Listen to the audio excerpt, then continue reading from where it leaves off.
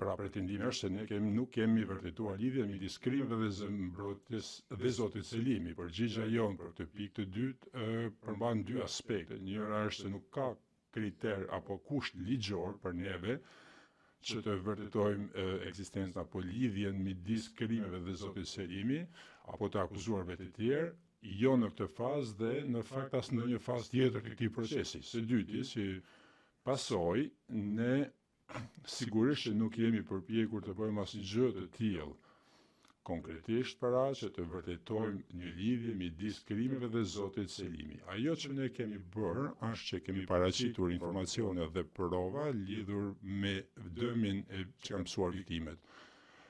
Dhe kjo kërkohet nga ne. Nuk është puna jonë që të vërtetojmë akuzat kundër Zotit Selimi. Kjo është punë e prokurorisë. Ne ju tham juve se nuk ka prova të besueshme se Hashim Thaçi kishte një rol në përgatitjen dhe shpërndarjen e komunikatave apo deklaratave politike. U tham juve se ZPS-ja ju ofron nuk ju jep asnjë shpjegim racional apo logjik për mënyrën sepse anëtarët e NKP-s mund pretendojnë të kenë transmetuar qëllimin e përbashkët kriminal përmes komunikatave, nëse UÇK-ja po të kishte patur UÇK-ja një zinxhir komandues funksional. Dhe ne ju tham juve se konsensusi i provave të dëshmitarëve ndërkombëtar dhe brenda UÇK-s ishte se Hashim Thaçi nuk dyshohej se ishte përfshirë në krime lufte dhe se ai nuk dyshohej se ishte përfshirë në ndonjë politikë të pretenduar që shënjestronte të ashtu quajturit kundërshtar. ZPS-ja të hënën nuk kishte kundërpërgjigje apo argumente për të hedhur poshtë këto pika themelore, ata nuk kishin përgjigje. Nuk është që nuk kishin kohë të hënën dhe nuk mund mbrojtja e di që ju do të bëni punën tuaj dhe ju do të pranoni konsensusin për pranimin se provat që ju kemi përshkruar juve.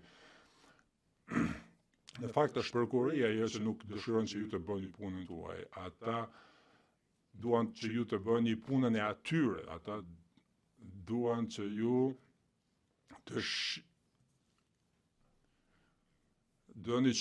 ata dëshirojnë që ju të gjeni prova që ata nuk mu arritën të gjenin, por siç mëkati më i madh në një gjykim është që të premtohet më tepër se sa mund të paraqitet dhe ZPS-ja ka bërë këtë mëkat të madh të pafalshëm pra në këtë gjykim. Ata kanë premtuar fishek zjarre, spektakël, por kanë paraqitur asgjë. Çfarë saktësisht sipas ZPS-s tha Hashim Thaçi se do të bënte?